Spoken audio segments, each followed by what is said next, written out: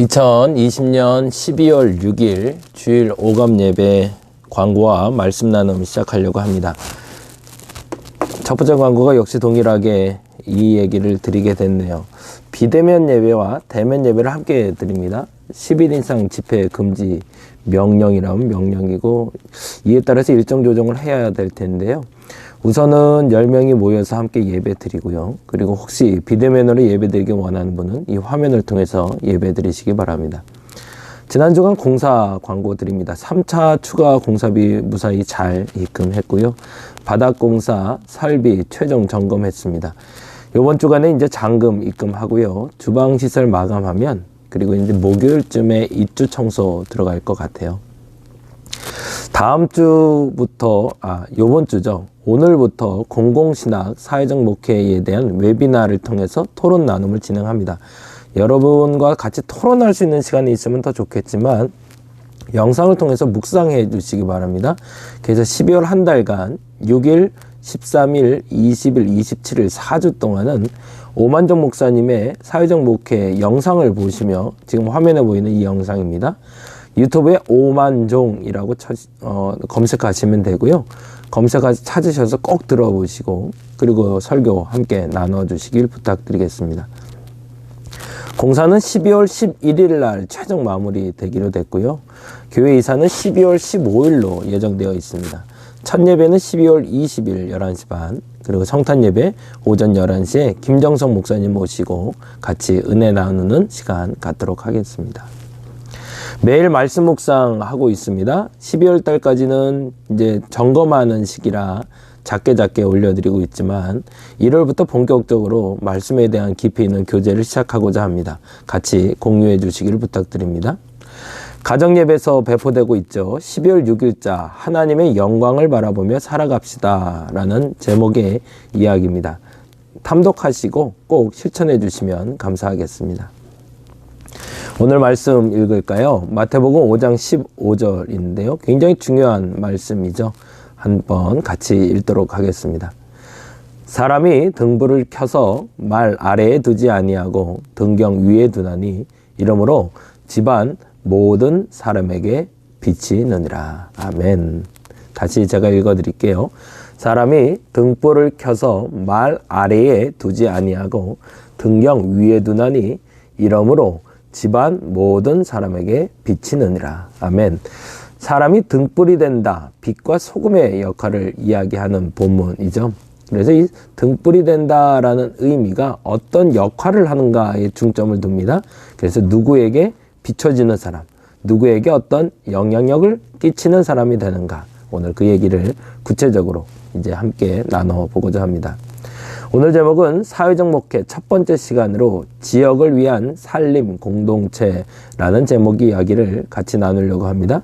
함께 볼 영상은 앞서 말씀드린 대로 유튜브에서 오만종을 검색하셔서 사회적 목회 4주로 되어 있습니다. 꼭 한번 검색하고 영상 보시고 오늘 설교 함께 나눠주시기를 부탁드리겠습니다. 우리는 이 패러다임을 기억하고 있어야 됩니다. 하나님의 일인가? 세상의 일인가? 영적인 것인가? 육적인 것인가? 위의 것인가? 땅의 것인가? 구별을 여러분이 하실 수 있어야 됩니다. 이제는. 그리고 이 A, B, C, D 영역에 대해서 설명을 제가 한 달 동안 계속 드렸죠. 이 부분에 대해서 여러분이 묵상하시면 내가 속한 영역에서 거룩하게 사는 방법이 무엇인지 꼭 묵상해 주시기 바랍니다. 같이 볼 영상 말씀 계속 반복드리고 있습니다. 사회적 목회 꼭 보시면 좋겠습니다. 2018년 사회적 목회 컨퍼런스에서 조성돈, 정재영 교수와 함께 발표됐던 작은 교회의 사회적 목회의 발표 내용을 되새김한 내용이었고요. 그 중에 오만정 목사님의 사회적 목회 웨비나 영상을 가지고 같이 나눴던 겁니다. 그런데 이 영상의 내용에 이런 글이 적혀 있어요. 그래서 그 이야기를 먼저 시작으로 같이 말씀을 나누려고 합니다. 기온실에선 매년 1차부터 지금까지 2020년에 이르기까지 6차에 걸쳐서 조사를 했는데 교회 신뢰도에 대한 조사였습니다. 그런데 50%, 63.9%가 부정적인 반응을 보였고 31.8%가 긍정적인 반응을 보인 것으로 밝혀졌습니다. 그런데 지난번에는 보통이라는 단어도 써놨었대요. 그런데 보통 그리고 긍정적이다라는 답변은 20%에 지나지 않았습니다. 사실상 보통이다가 평균 50%를 넘어야 되는데 그렇지 않은 결과를 보자면 교회에 대한 생각은 사실 매우 부정적이라는 거죠.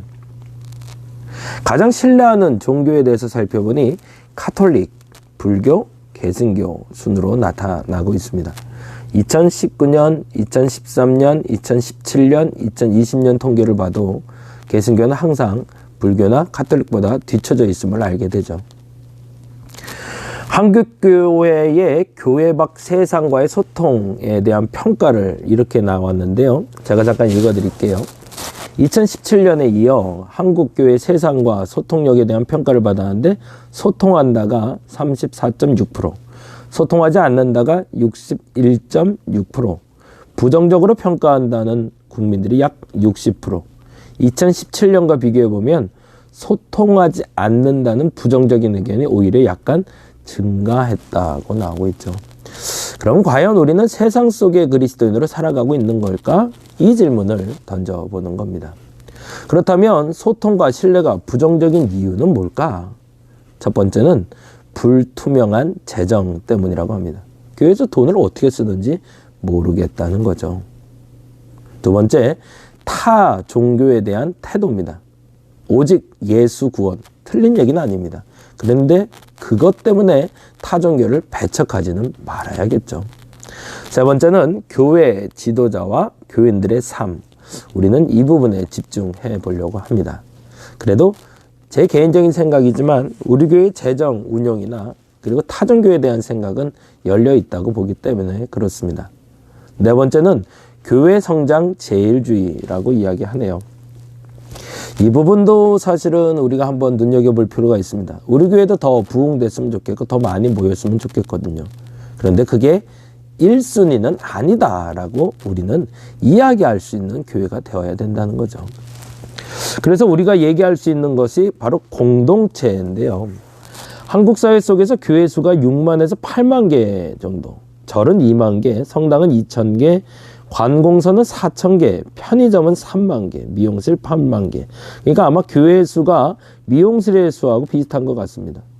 그만큼 교회는 사회적 책임을 져야 될 대상이며 교회의 공공성, 곧 사회적 안전망과 관계망을 구축한다면 더욱 중요한 역할을 할 수 있는 기구라는 겁니다.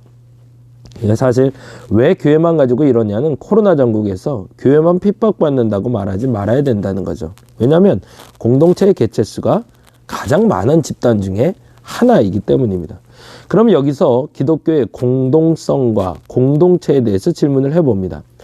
사회적 목회 안에서는 연대, 곧 공동체라는 말이 매우 중요한 의미를 갖게 됩니다. 그래서 한 신학자는 교회는 도덕 공동체여야 한다고 이야기합니다. 곧 교회라고 부르는 것은 공동체 이념을 가지고 공동의 의식을 수행하는 종교 공동체를 뜻하며 단일한 믿음을 가지고 모든 믿는 이에게 구성되는 도덕 공동체라는 거죠.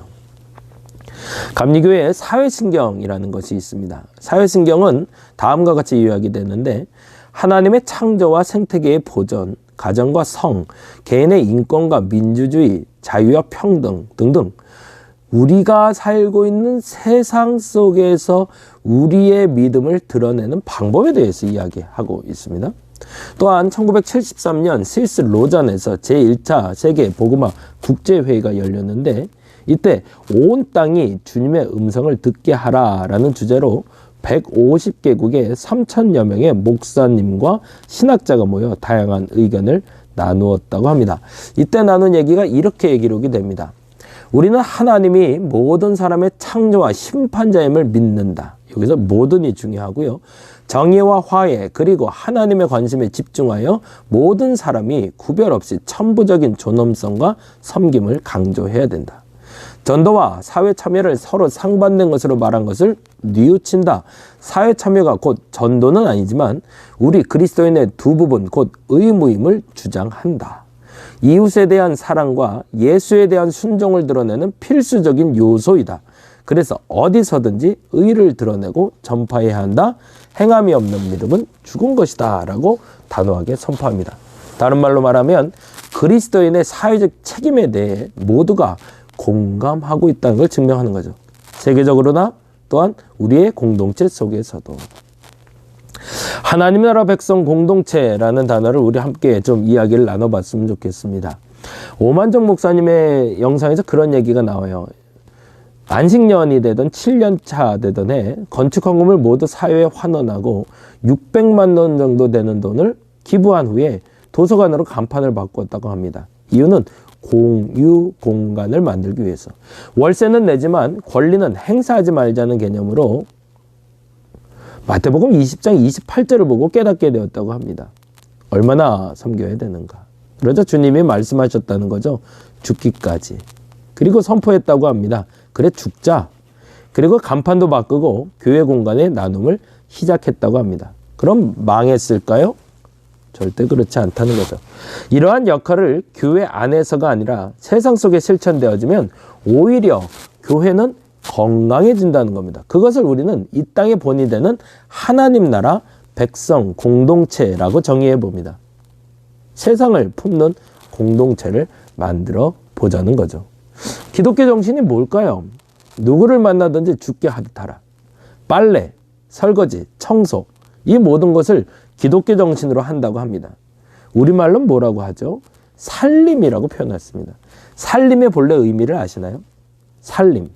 빨래하는 것, 설거지하는 것, 청소하는 게 살림이 아니라 살림의 본뜻은 살리는 일이라는 뜻입니다. 아주 멋진 표현이 되죠. 그러니 모든 살림은 성직인 거죠. 좀 더 나가볼까요? 생태신학적으로 나가자면 인간이 만물의 영장이라 말하는 것은 인간들이 생물들에게 동의를 얻어 한 말이 아닙니다. 인간 중심의 가치관을 인정해야 된다는 얘기입니다. 나를 위한 구원, 우리를 위한 구원까지 말하지만 우주적 구원을 말하지 못하는 우리의 이기적인 걸 회개해야 됩니다. 우리는 매우 이기적인 구원관을 가지고 있다는 얘기입니다. 그래서 우리는 인간 중심적 가치관을 이제 제고해야 됩니다. 그리고 이야기할 수 있어야 됩니다. 생태 신학까지 말하지 않아도 살림 공동체를 만들 필요가 있는 거죠. 우리는 지난주에 우리의 정체성을 종, 군인, 청지기라고 이야기했습니다. 우리 중심적인 사고에서 뭐로 바꾸자는 거죠? 하나님 중심 사고로 전환을 요청하는 것입니다. 섬김, 이해, 박수, 격려, 칭찬, 위로, 용서받기를 말해왔다면 이제는 그 단어가 수동태, 내가 받는 것이 아니라 능동태, 내가 하는 것으로 바뀌어야 된다는 얘기입니다. 이제는 섬겨야 하고 이해해 주어야 하고 박수 쳐 주어야 하고 격려해 주어야 하고 칭찬해 주고 위로하고 용서하는 사람이 되어야 됩니다. 그것이 오늘 본문 말씀인 마태복음 5장 15절의 말씀의 실천, 비추게 하라는 실천이며 지역을 위한 살림 공동체, 지역을 살리는 공동체의 시작이기 때문에 그렇습니다. 이제 우리 얘기를 좀 해야 될 것 같아요. 교회 이전을 앞두고 여러 가지 고민을 던지게 됩니다. 그 하나는 왜 우리에게 이런 일이 일어났는가? 그가 첫 출발이었습니다. 코로나19 상황을 말하는 거죠. 그런데 사실 이 질문에 대해 우리는 어떠한 정답도 말할 수 없고 지금도 말할 수 없습니다. 단지 단편적인 대답을 할 수는 있죠. 누구의 잘못으로? 아니 우리의 잘못으로? 그래서 누구를 겨냥해서 마녀 사냥도 해봤습니다. 그런데 사실 답은 모르겠습니다. 단지 어려운 것이고 더 어려워진다는 겁니다. 분명한 것은 앞서 밝힌 대로 우리들의 이기심, 우리만을 위한 집단 이기주의 구원관 때문이라는 거죠. 우리가 망쳐놓은 세상에 우리가 고통받고 있다는 사실을 이제는 인정할 수 있게 됐다는 겁니다. 우리가 망쳐놓은 세상에서 우리가 이제 고통받고 있다. 그런데 그때 다음 질문이 던져졌습니다. 그럼 지금 우리는 뭘 해야 되지? 첫 번째 대답은 여러분도 동의를 했을 것 같아요. 버텨내자. 견디자. 근데 더 이상 발전은 기대하지 않는다. 지금과 같은 모습을 지켜내서 지금과 같은 모습만 회복하자. 언젠간 끝날 것이다. 근데 생각보다 시간이 길어져 버리고 말았습니다. 그리고 이제 깨달은 게 있습니다. 세상이 바뀌었다는 겁니다. 코로나 이전과 코로나 이후로. 더 이상 이전과 같은 세상을 우리는 꿈꾸기 힘들어졌구나가 또 결론이 됐습니다.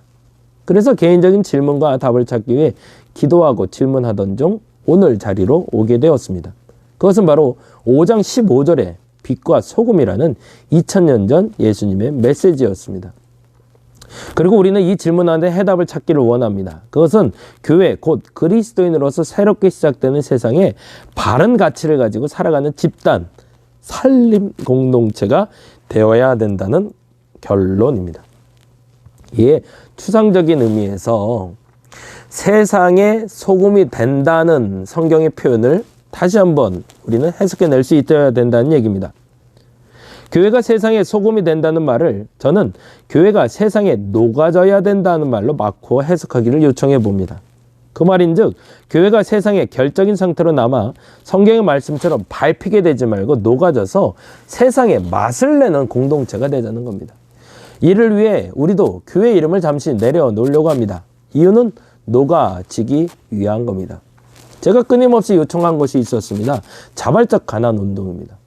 그 말은 내가 가질 수 있는 최선을 소유하되 그 이상의 것은 나누자는 가치입니다. 그런데 생각해보니 우리는 가진 것이 없다 생각했는데 가진 것이 있었습니다.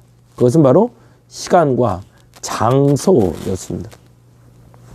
잉여 가치를 나누는 것을 자발적 가난이라 한다면 우리는 교회 공간에 잉여 공간과 잉여 시간을 나누었으면 좋겠습니다. 그래서 교회 간판도 잠시 내리려고 합니다. 왜? 이 공간에 나의 것, 우리의 것이 아니라 우리 모두의 것으로 바꾸기 위해서입니다. 그래서 다림목교회의 새로운 공간의 이름을 정합니다. 다림목교회가 사라지는 건 아닙니다. 다림목교회가 들어갈 새로운 공간의 이름을 이렇게 정해봤습니다. 모두의 거실. 우리 공간의 새로운 이름이 될 겁니다. 공유공간. 모두의 거실은 교회를 위한 공간이기도 하지만 마을을 위한, 살림을 위한 공간이 될 겁니다. 그래서 그렇게 시작해 보려고 합니다. 생일 파티도 할 겁니다. 스터디룸도 만들 겁니다. 공연장도 만들 겁니다. 공개 세미나도 할 거고요. 웨비나 강좌도 할 겁니다. 어떤 모임도 수용할 수 있는 공간이 되려고 합니다. 왜요? 이것은 우리가 가진 것을 사회적으로 나누는 자발적 가난 운동의 시작이기 때문에 그렇습니다. 앞서 말씀드린 대로 소금처럼 녹아지기 위함이고 코로나가 가져온 매우 중요한 질문에 대한 대답이었습니다. 6만에서 8만이 넘어가는 작고 큰 한국교회가 더 이상은 더럽혀지지 않고 세상의 우범지역이 아니라 세상의 빛과 소금의 역할을 하는 공간이 되기 위함입니다. 그래서 이 공간을 위해 세 가지 역할을 우리는 시작해 보려고 합니다. 그 첫 번째는 도시 재생 운동입니다. 기흥구 내에서도 이곳은 낙후된 지역이라고는 말할 수 없지만 상권이 매우 열악한 환경입니다. 상권 분석을 한번 해보니까요. 우리 마북동은 300만 원에서 400만 원 선의 월급을 받는 40대에서 50대가 주류를 이루는 공동체입니다. 이 도시에 사는 사람들은 중위권, 상위권을 넘나드는 사람들이 아니라 하위권에서 중위권을 넘나드는 사람들이라는 거죠. 그리고 더욱더 중요한 것은 상권이 매우 열악하다는 겁니다. 공동상권의 이익을 창출하는 일에 그래서 우리 다림목교회가 앞장서 보려고 합니다. 주변에 카페도 잘 되게 하려고 합니다. 음식점도 잘 되게 할 겁니다. 그래서 도시 재생 운동을 하려고 합니다. 두 번째, 문화기획자로 활동하고자 합니다. 앞서 밝힌 대로 상권이 열악하면 자연히 문화적인 혜택을 누리기는 힘듭니다. 왜? 먹고 살기 힘든데 무슨 문화냐고 사람들은 말하기 때문에 그렇습니다. 삶의 여유는 덤으로 오는 것이 아닙니다. 삶의 여유는 가진 자의 소유가 됩니다. 문화라고 우리는 그것을 이야기합니다. 그러한 문화 콘텐츠를 만들어 지역에 개방하려고 합니다. 그래서 우리 다림목교회 공동체의 공간인 이 모두의 거실에 세미나를 유치하려고 합니다. 그리고 공연을 유치하려고 합니다. 다양한 자격증을 딸 수 있는 기관을 영입해서 이곳을 통해서 자격증도 따게 하려고 합니다. 그리고 다양한 문화와 당연한 역할을 감당하는 공간으로 활용해 보려고 합니다. 조금 더 선진 문물을 가지고 있는 지역의 문물을 가져와 이 지역에 이식하는 역할을 우리가 해보려고 합니다. 마지막으로 굉장히 중요한 것이 있었는데요. 이중직 목회자의 본이 되고자 합니다. 교회가 앞서 말씀드린 대로 6만에서 8만이라고 말했지만 실질적으로 생계가 막막한 작은 교회들은 6만 이상이 된다고 봅니다. 그래서 그들에게 본이 되는 교회가 되려고 합니다. 다른 말로 교회가 가진 자원을 나눔으로 교회 소득을 창출하고 지역에 필요한 교회로 시작할 수 있는 출발점이 되고자 합니다. 물론 다른 교회들에 중에서도 이 일을 하는 분들이 있습니다. 오빌교회도 그러했습니다. 그런데 아직 모두 다 샘플일 뿐이지 미흡한 상태입니다. 이유는 교회만의 공간으로 인식될 만한 상징물이 교회에 너무 많기 때문에 그렇습니다.